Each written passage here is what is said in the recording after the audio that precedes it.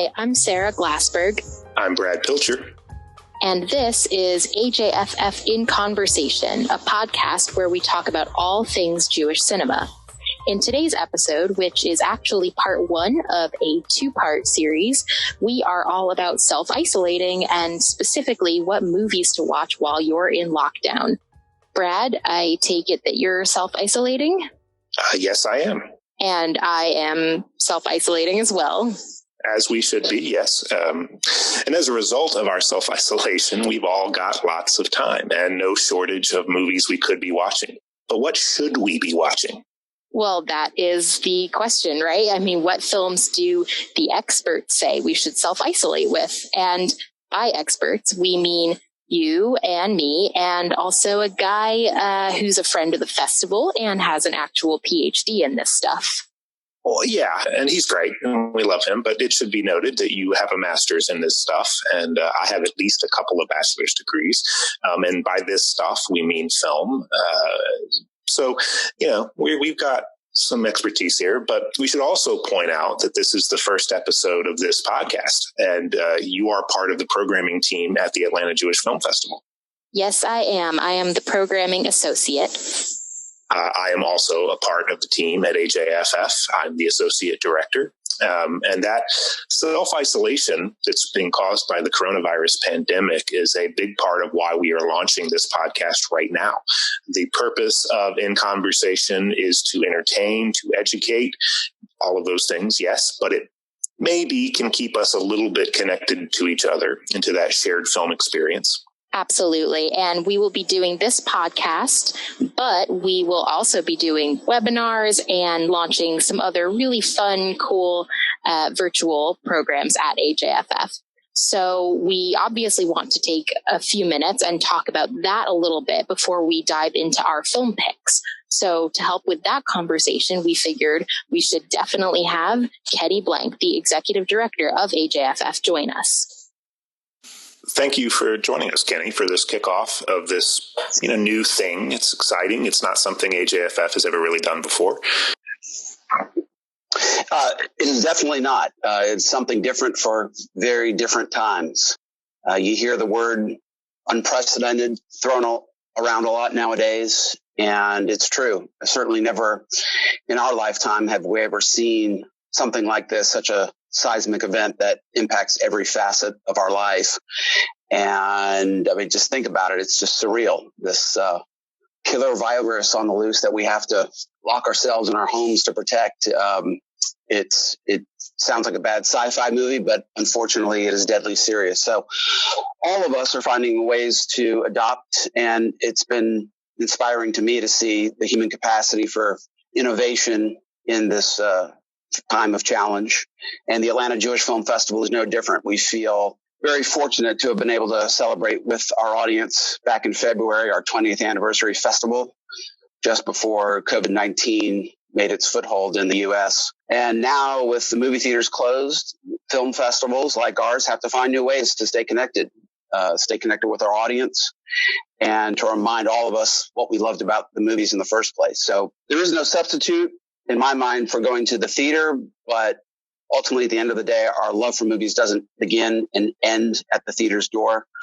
When it comes to movies, there's so much to talk about. So this podcast and some of our other virtual initiatives forthcoming are just one of many ways we intend to keep alive our love for film. I love all of what you just said, and I totally agree that these initiatives, as much as they're new and they're exciting and they definitely satisfy that community piece. Something you mentioned about movies in theaters and festivals and screenings and all of that. I mean, do you want to speak a little bit to that? I mean, what do we know about when or how all of that will kind of return to our lives? Oh, Sarah, if only we knew. People have been forecasting the doom of movies for a long time. I mean, just, in my lifetime, we look at the advent of cable television, VHS, DVD, now on demand and streaming, and movies have survived all of that. I think they will survive the coronavirus. I think there are two schools of thought on this. One, I think the optimists believe that when this crisis passes, there will be this surge of emotional appreciation for the collective experience and real nostalgia for the traditional movie-going experience, which is sort of ironic since a lot of that seemed to be fading away with the advent of streaming. And then there's this other school of thought that there is no going back, that movies have changed forever. In fact, there was a recent study a couple weeks ago that looked at audience behaviors after the pandemic passes, and about 49% of respondents said it would take them either a few months or possibly never for them to return to the movies.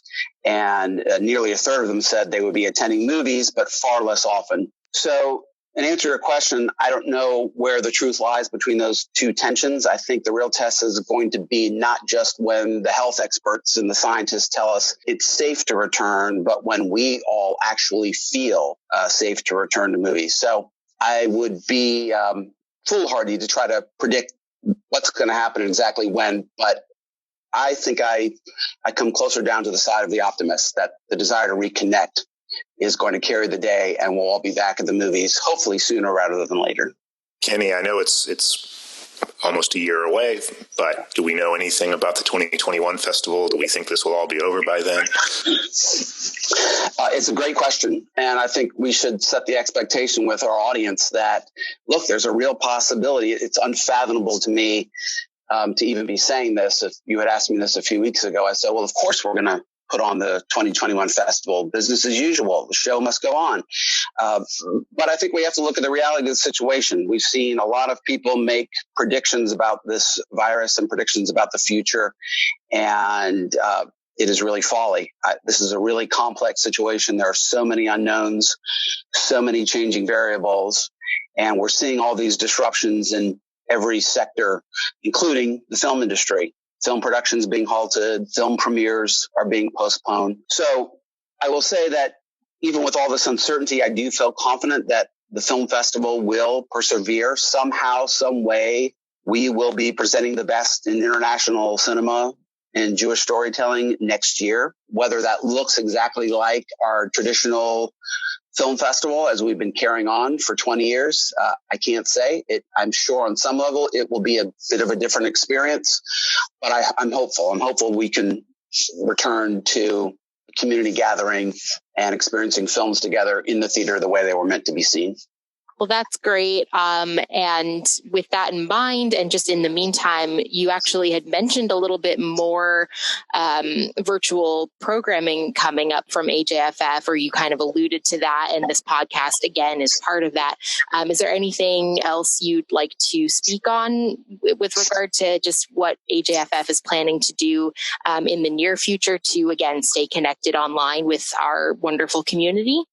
Absolutely. First of all, I want to give kudos to our professional team, Brad, you, Sarah, everyone who's been involved with the organization, our board, our leadership. Everyone has rallied in this crisis, and we see that around the country and around the world. There is an often used proverb nowadays, necessity is the mother of invention. And for our team here at AJFF, we are trying to find ways to stay connected with our audience, stay engaged. This is a time certainly of innovation for film festivals. So yes, there will be more coming on digital, on streaming. We are trying to figure out how we can continue having a voice. Look, movies are something to be talked about. As I said earlier, the experience of movie watching doesn't just begin and end at the theater. So we need to lean into that. We need to find ways to embrace that, whether it's having conversations with filmmakers and actors and other interesting film personalities, or enhancing AJFF's curatorial voice, giving audiences who are at home recommendations on the best films to watch and where to watch them. I think there are all kinds of fun, interactive opportunities to engage with our audience during this uncertain time. And frankly, I hope that this will live on beyond the crisis, because it is core to our mission of fostering dialogue and fostering understanding. And so this is just another way that we can do that until we can, again, return to the silver screen. Kenny, I want to thank you for joining us. We know this will not be the last time you join us on the podcast, but we appreciate you taking some time out of your day to get with us here and start this the right way, right here at the beginning of it all. Is there anything else that you'd like to say before we let you go? Well, thank you. First of all, I will tell our listeners that you are in very capable hands with two of the biggest film aficionados I've ever had the pleasure of working with, in Brad and Sara. They will be great hosts for this podcast. And because this is my first chance speaking personally out to the community in this way, I want to take this opportunity to express our solidarity, not just with our audience, but all of the many sponsors, our vendors, our partners, all of you who have supported us over 20 years. It's more meaningful to us now than ever. Our connection to the community will remain strong, and we look forward to continuing to celebrate the cinema arts and Jewish culture with you now and in the future. Thank you again, Kenny. I really appreciate it. Thank you.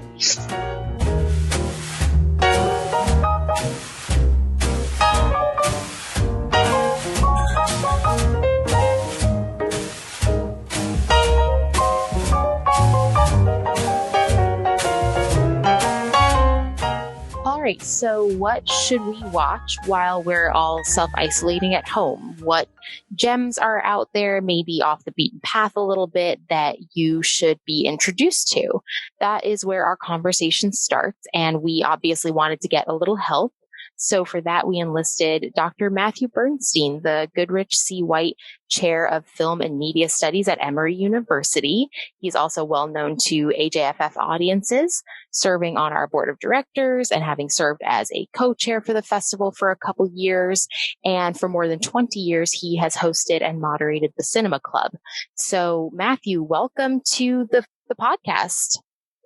Thank you, Sara. I'm delighted to be here with you to talk about movies.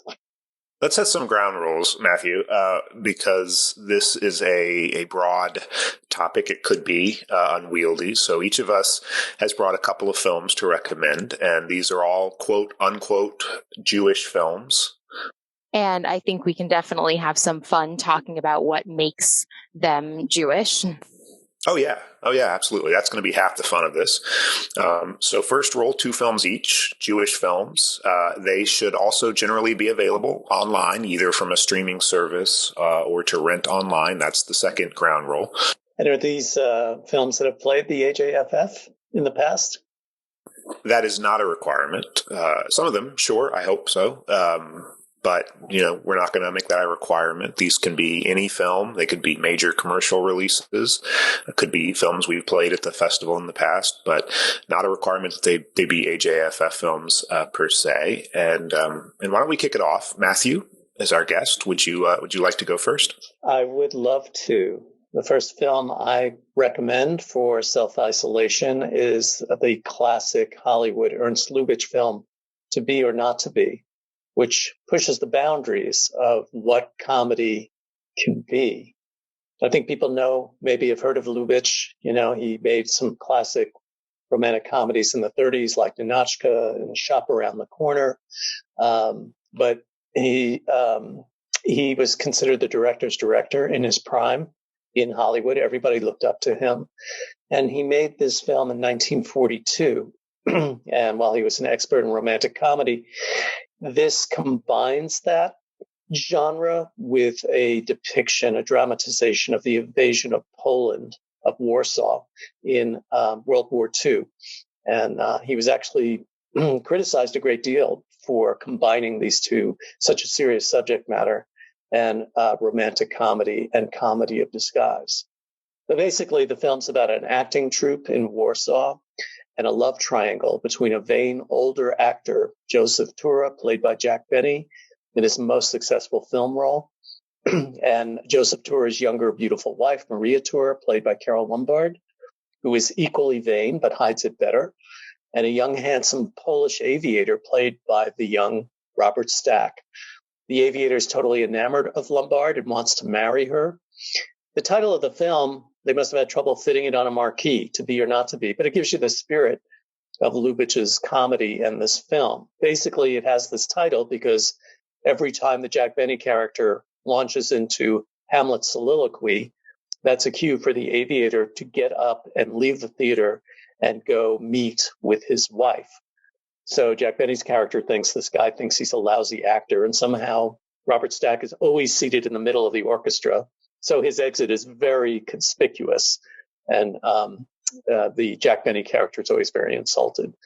There's so many great things about this film. One is you've never seen the vanity of actors so thoroughly skewered. Jack Benny's character is this insecure star. He keeps asking everyone, Nazi or non-Nazi, that he meets if they've heard of that great, great Polish actor, Joseph Tura. And at one point, he gets a response from one of the Nazis. Oh, yes, Joseph Tura. What he's doing to Shakespeare, we're doing to Poland. And this is the kind of line that got the film in trouble and Lubitsch in trouble because he was seen as trivializing what was happening in World War II by comparing it to a second-rate actor. But the film stages the bombardment of Warsaw head on and brings us face to face with Nazi evil. And so this is just a wonderful and incredibly clever comedy of disguise because the troupe, including Jack Benny, have to impersonate Nazi officials in order to help the resistance. So if you like movies like, Some Like It Hot or Mrs. Doubtfire or Tootsie, there's no cross-dressing element here, but it's comedy of disguise. And part of the fun of that is the inventiveness of the disguise and the suspense over whether people will get caught. And To Be or Not to Be just does this extremely well. There are twists upon twists. And this is a film that not only will help you in your self-isolation, it's also a film, like all comedies, you want to watch with someone else because laughter is contagious. This was not a well-received movie it got positive reviews, but it got a lot of criticism at the time because it was 1942 and they're Nazis and it's funny. Yeah, it's it's groundbreaking in that way, right? I mean, I'm old enough to have seen The Producers in the theater when it opened in '68. And, my jaw drops, as did everyone's, about how outrageous this was. How dare you make fun of Nazis? But the fact is, like Mel Brooks after him, Lubitsch is really kind of pushing the envelope here because the mix of comic and serious tone certainly made it created a tone of uncertainty for the audience. How are we supposed to interpret this? And actually, Lubitsch took to writing in the New York Times defending what he was doing because he was being accused of having the height of bad taste. It was an innovative film for its time and very controversial. But now when we watch it, I've seen this film with audiences in various locales, 100 people at Emory screening in a theater in Austin, Texas. People are hysterical over this film because it's incredibly clever and witty. And, there's even a Jewish character in the film, I should say. His name is Greenberg, and he recites repeatedly Shylock's famous speech from Merchants of Venice, "Hath not a Jew's eyes." And his last recital, he recites it 3 times, actually enables the success of the troops' efforts to rescue the resistance. So the Jewish theme is definitely there. Lubitsch was a German Jewish talent. The actor playing the Jewish actor, Felix Bressart, was a Jewish German who fled Nazis. So all in all, there are few films as funny as this. It's a great way to spend your time. That's a good point. I think as provocative as The Producers was when Mel Brooks, I always felt like Lubitsch was even bolder in making. It was in the middle of World War II. It wasn't like this was after the fact. He was making this comedy in the midst of all of this. It should be pointed out too, if people don't realize, Mel Brooks actually remade this film in the early '80s with his late wife Anne Bancroft. Not as well, but this film has been remade. It's and I will give you a little bit of trivia that I'm almost embarrassed to admit. There is a Bollywood version of this film that was released in 2008 and was loosely based on Mel Brooks' remake of this film. And I have unfortunately seen the Bollywood version of this film. And it is weird to watch these sort of remakes of remakes But every single time, whether it's the Mel Brooks version, whether it's the Bollywood version, I'm reminded of just how brave, frankly, I think Lubitsch was in making the film at the time that he made it. And we forget that if we just watch it without realizing when he made that film. Well, I'm glad you brought that up.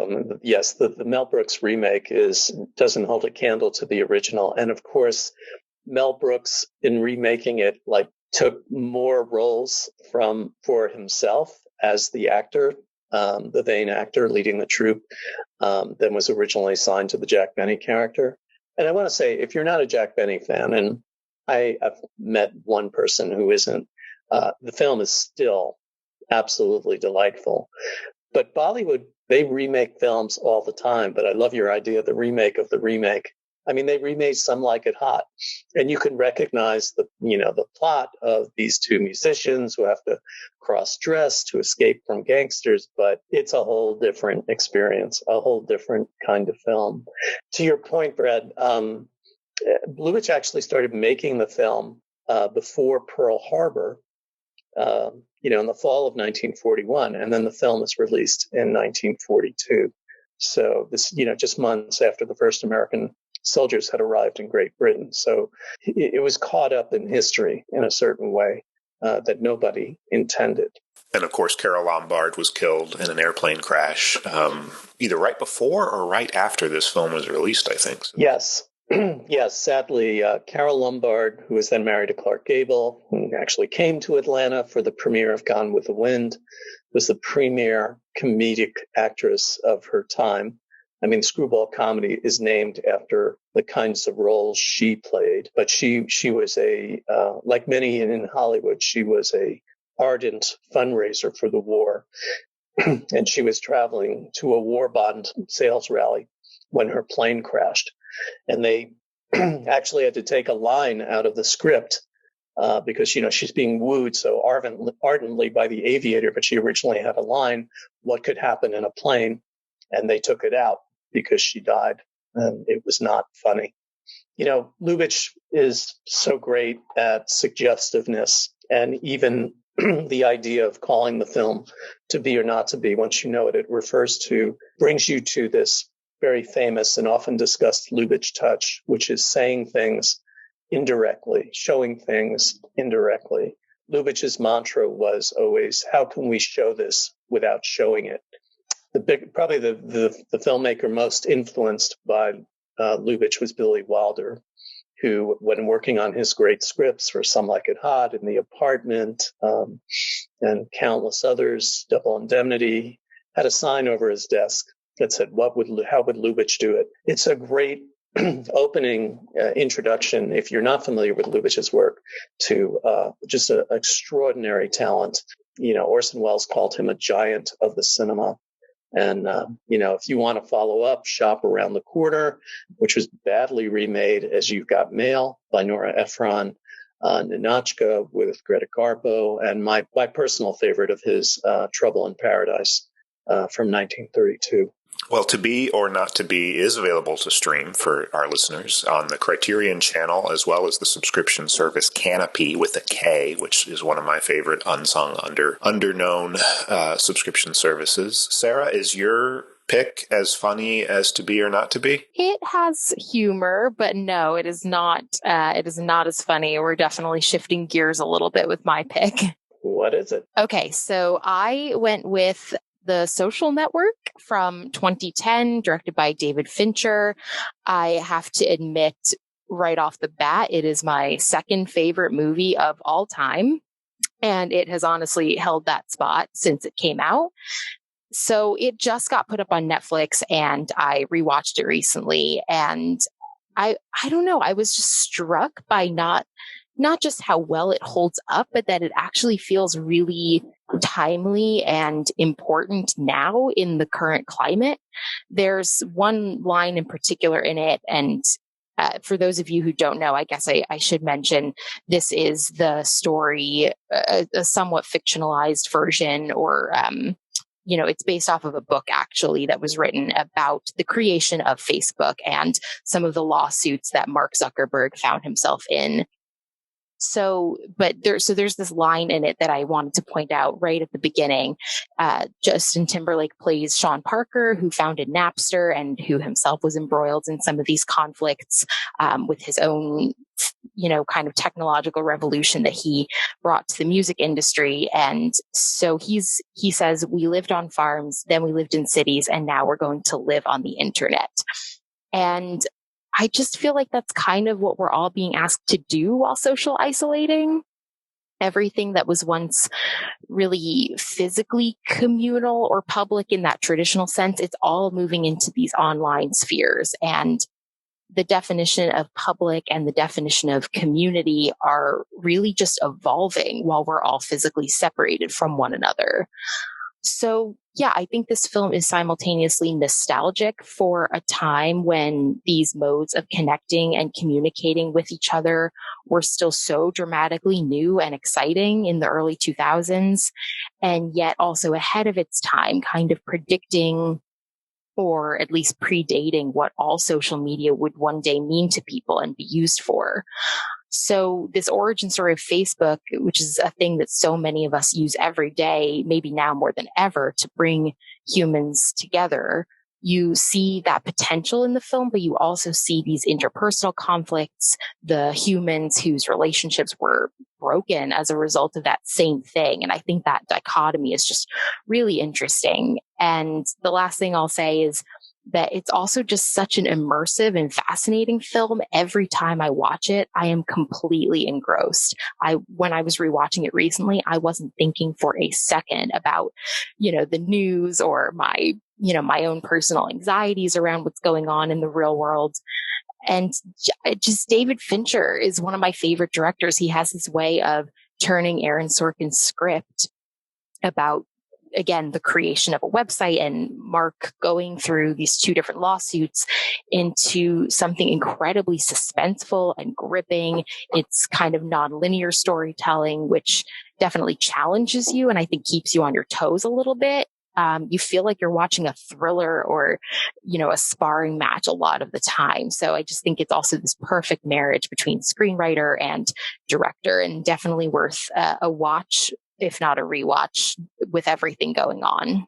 The two lead guys, Eduardo Saverin, who is kind of one of the litigants, is Jewish, and Mark Zuckerberg is Jewish, but it's very subtextual in the film, the Jewishness. Absolutely. Yeah, I was fully prepared to justify my choice with this film by simple virtue of Mark Zuckerberg being Jewish, played by Jewish actor Jesse Eisenberg, and Eduardo Saverin, the CFO of Facebook, as you pointed out. And, Zuckerberg's quote unquote only friend at Harvard. He is a Brazilian Jew, I believe, and he's played by Andrew Garfield in the film. Aaron Sorkin, the screenwriter, he was raised Jewish. So I agree. Other than all of that, Jewishness really is this implicit thing. And it's only explicitly dealt with in these brief but really interesting moments. There's one really important scene where Mark first approaches Eduardo with the idea for Facebook, and that takes place at a party held by AE Pi, which is a well-known Jewish fraternity. There's also a bit of dialogue where Eduardo's discussing this phenomenon that presents itself in the film in a few different ways, of Asian women being really attracted to Jewish guys. And so other than those scenes, yeah, there isn't much that's Jewish at the forefront of this film. But the one thing I will say, again, having rewatched it recently and starting to view it through multiple different lenses, is that I think the Jewishness of the film comes across most in certain moments where it's actually absent. So many of the decisions that Mark makes in the film seem to be driven by both a desire for and rejection of these kind of elite clubs and groups of students that you meet throughout the film that are, explicitly and implicitly coded as very waspy and frankly non-Jewish. And when Eduardo, for instance, gets past a certain level in pledging one of these clubs, he sees Mark's jealousy over this and says, oh, it's probably a diversity thing. And Mark ends the conversation later by bringing that back up and saying it probably was a diversity thing. And so it's very interesting. Mark throughout the film is both outside of these groups and spaces, and the editing in the film really depicts that as well. There's this scene early on, or sequence rather, where it cross cuts between Mark alone drinking with just his roommates around, coding and making what is eventually a kind of precursor to Facebook. And that's cross cut with scenes of, again, a very, I think, intentionally, it's a much more elite group of students that are partying together at one of these clubs. And again, I think they're coded as being waspy, for lack of a better term. And both of these moments they're at these different speeds. David Fincher plays with film speed a lot. The tones are totally different. And so I don't know, he's again, both outside of these things physically and socially within the narrative, but he also wants their approval and admiration. You see that throughout the film. And so with Facebook, he manages to successfully achieve or maintain both, but again, at the expense of the only person who was ever on his side. And he should be noted, that's the one other main character who's also Jewish. So I don't know, I think looking at certain scenes or interactions through that lens, that also adds something new, a new kind of weight or meaning to the film. I agree with you. This is Fincher at the top of his game. It's really compelling. I mean, this is not to at all detract from it, but it almost reminds me in a way of Orson Welles' Citizen Kane. I'm a film historian, so of course I think this way. But this idea of, I mean, some of the greatest American films and Oscar winners, like The Godfather, or about corruption after success, and the flashback structure. The whole thing is framed around the inquiry, the dispute between Mark Zuckerberg and his partners. All of that is just extremely powerful, because Zuckerberg is shown to be a kind of nerdy outcast in a way that only Jesse Eisenberg can portray. And it's, his betrayal of Edward Savern is, it's very powerful, very powerful. So it's definitely a film. It should have gotten more Oscar love, but it's certainly a film everybody should see. I totally agree about the Oscar love. I know it received, I think Aaron Sorkin won for screenwriting, which is so well deserved. It won Best Score. This has one of my favorite film scores of anything. It's right. It's Trent Reznor and Atticus Ross, who do a lot of Fincher projects, and it's this kind of synthesizer heavy, really moody and kind of ominous score, which I think again adds to the way this film is so suspenseful, when really it takes place in dorm rooms and classrooms and conference rooms, and it feels like the stakes are just so incredibly high. And I love also that you compared it to Citizen Kane. I don't think that comparison, I think many people can and have made that comparison. To one other thing you said, I do think that when you have a character who is Jewish and a real figure who is Jewish, and a characterization of a real person who happens to be Jewish, I think at the festival a lot, in my day to day, I'm always thinking about, okay, this is a film about a Jewish icon, but they weren't a great person. And it might seem counterintuitive right now to recommend a film about a character, Jewish or not, who they're kind of an anti-hero. You're not really rooting for them. He's kind of a jerk in the film, or he's trying so hard to be, just to kind of pull one more quote out from the film. But I don't know. I just think all of those things kind of matter. It adds like I said, it adds something else to it. You're being asked to watch these trials and tribulations of a Jewish character who you're not meant to like. And what does that mean? And I think it's kind of a fun exercise for our audiences, or audiences in general, to do that with a character, and just to take all of their, to take their identity holistically, and take all the aspects of their identity as a whole, and kind of view their actions with all those things in totality. Well, my pick is neither funny nor uplifting, but it does have plenty of unlikable characters in it. I actually went with Casino by Martin Scorsese, the 1995 film. That's a great pick. I would not have thought of it in this context. Yeah, I'm a huge Scorsese fan. So, Brad, I'm very excited to hear you talk about why you picked this film. It's the kind of film that I always want to recommend to people because I love the film. But it's also the kind of film that, frankly, you can never recommend to people under normal circumstances because it is 3 hours long. It is a difficult watch. It is not gruesome. It is not gratuitous, but it is violent. And it's a film about excess. And it's a film about the mob. So, of course, it's going to have violence as a vehicle for that. So normally I would not necessarily recommend this film.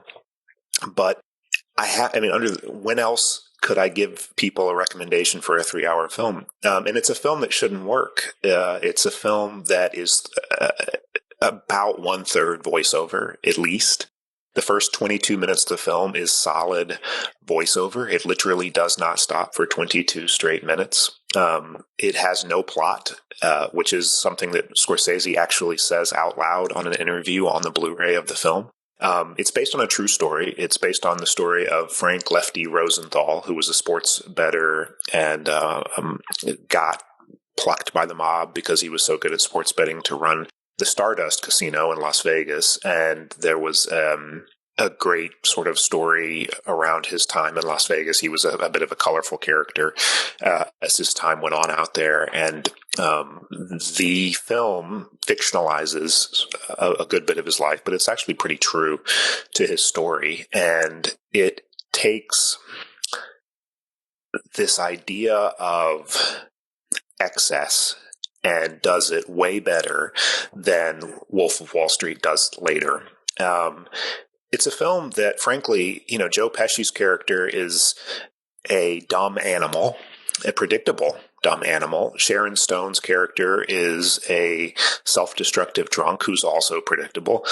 It shouldn't work, but it does. It works because Scorsese, I think this is actually one of Scorsese's most visual films. I think Robert De Niro wears 70 different costumes, and there's actually a poster for the film that is literally just a grid of all of the suits that he wears, and it may be one of the most colorful posters you'll ever see. Sharon Stone, I think, had 40. There was $1 million budget just for costumes. It is set in Las Vegas in the late 70s and early 80s, so it is as gaudy as you would expect it to be. The bedroom, the Sharon Stone and Robert De Niro share in the film has this like pink plush headboard and these pink bedding with this like floor to ceiling green jungle themed wallpaper. There is a zebra print couch over in the corner, and it works. It visually is stunning. There's all these little period specific details, right down to the carton of milk that they went out and made sure that they got the right logo from the right dairy producer from that time period. It just works. The cinematography really works. I can't recommend this film enough, but I also would never be able to recommend it on a regular basis when people weren't stuck at home with lots of time to watch. Yeah, it's a great, really, really interesting work in Scorsese's career. And, the cast is superb. De Niro, Sharon Stone as the woman he loves, who is just really not very emotionally healthy. And then Joe Pesci, but also some other great actors, James Woods, Don Rickles, Kevin Pollak. Dick Smothers shows up as a Nevada senator. Which is Harry Reid, which is that character. Yes. In true real life, it was Harry Reid who went on to become the Senate Majority Leader. Yeah. It's just an eyeful. It's innovative in a number of ways. One is that, and when the film came out, it was kind of put down as a rehash of Goodfellas, which is certainly one of Scorsese's greatest films because Pesci's character is kind of similar. He's this very violent funny when he's not being a violent character. De Niro's role is very subdued. But if you're looking at Goodfellas, that's narrated by Henry Hill, the main character. This is a film with voiceover narration from two characters, both the De Niro and the Pesci character. And they kind of alternate. They have alternating perspectives on what's going on. And as the film goes on, they grow further apart and actually, grow very antagonistic. They're kind of struggling over who controls Las Vegas. And it has that nostalgic tone of Goodfellas as well. And one of the innovations in both these films is that, in the classic era, the gangster's punishment was to be killed. In our era with Scorsese, the punishment is, as Henry Hill says at the end of Goodfellas, retrieving his newspaper in an undisclosed location to protect his life. The punishment is, I'm an average schnook like everybody else. And this is what happens to the Jewish character played by De Niro. He goes out to San Diego and he still makes book, but there's a sense of, we had it all and we really screwed it up. And it's also the end of an era in terms of who controls the casinos. It's really interesting to see, retrospectively, Brad, you mentioned the excess in the film. I mean, this is almost a blueprint for The Wolf of Wall Street in terms of the minuteness, the incredible detail. I mean, if you want to learn how Las Vegas used to work, sort of like learning about whaling by reading Moby Dick. I mean, it's, how do you catch people who are cheating at the tables? How do you arrange the gambling machines? You could have a career at a casino after watching this film because there's just this minutely observed detail. Also, as with Goodfellas, a great period score, lots of Rolling Stones, Dinah Shore's on the score, really helps set the period. And as Brad was saying, it's an eyeful, not the Eiffel Tower, an eyeful to look at. It's just stunning, technically. Yeah, there's some phenomenal overhead shots of Sharon Stone throwing casino chips up in the air. There's a great shot of Robert De Niro walking through the casino, and you're looking down on him from the sort of eye in the sky view. It is,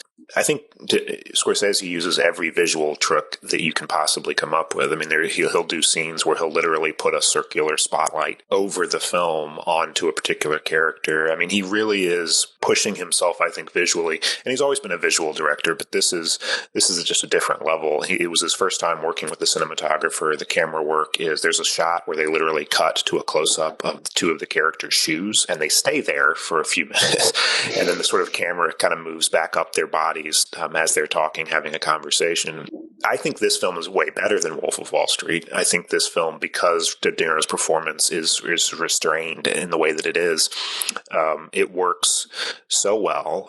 If you go to another film with De Niro in it, which was The King of Comedy, you get sort of a similar vibe with Jerry Lewis's portrayal. And De Niro, I think, was very skeptical when he was told that Jerry Lewis was going to play the character in King of Comedy, the talk show host character, because he was worried that he wouldn't be able to give a serious performance. And of course, Jerry Lewis's performance was amazing and incredibly restrained. That sort of similar dynamic, De Niro obviously has a huge range. There was never a question that he couldn't do this, but his performance, which was in a lot of people's eyes overshadowed by Sharon Stone's, she got an Oscar nomination for it, but his performance of dialing it back, because he's the central character, he's also the one character in the movie that's not predictable in the way that everyone else is self-destructive. Everyone else, you can see exactly where they're going to end up. And he is a character who, by his own admission, just wants, he's not an honest character. He's not, he's beating guys up, but he's a guy, he's like, I just want to go and run a square casino and make a bunch of money and let the mob take their skiff. He doesn't want to engage in all of the drama and all of the antics, and he just can't help himself falling in love with Sharon Stone's character. He can't help the loyalty he feels, at least initially, to Joe Pesci's character.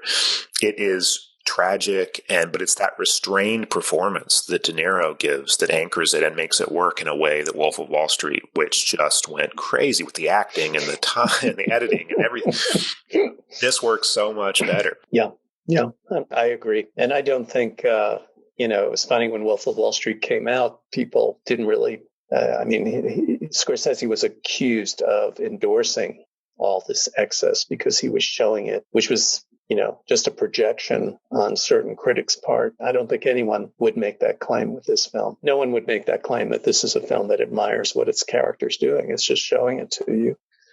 And the Jewish angle is kind of interesting. I mean, it comes up here and there. It's when things fall apart that the anti-Semitism really comes to the fore, particularly with Joe Pesci's character, because he's fallen out with the De Niro character. But he and Don Rickles are, Pesci's character, I think it is early on, calls De Niro the Golden Jew because he's so good at what he does. But by the end, he's muttering about how these Jews, the John Rickles and De Niro character, always stick together. He goes from the Golden Jew to being called Hebe. Yeah.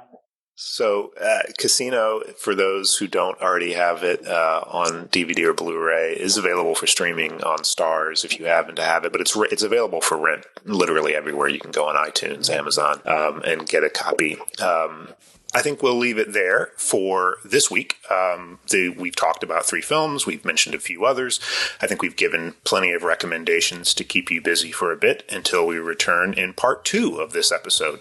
We'll be suggesting and dissecting even more great films to get you through isolation when we return in part 2.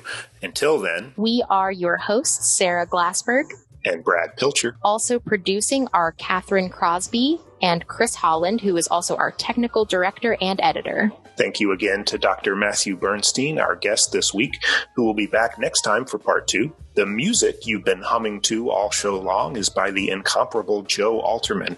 Please look him up wherever you get your music. Yes, and a huge thank you again, of course, to our community, as well as to all of the people on the front lines during these extremely challenging times. You can always find more from us, as well as show notes at ajff.org/inconversation.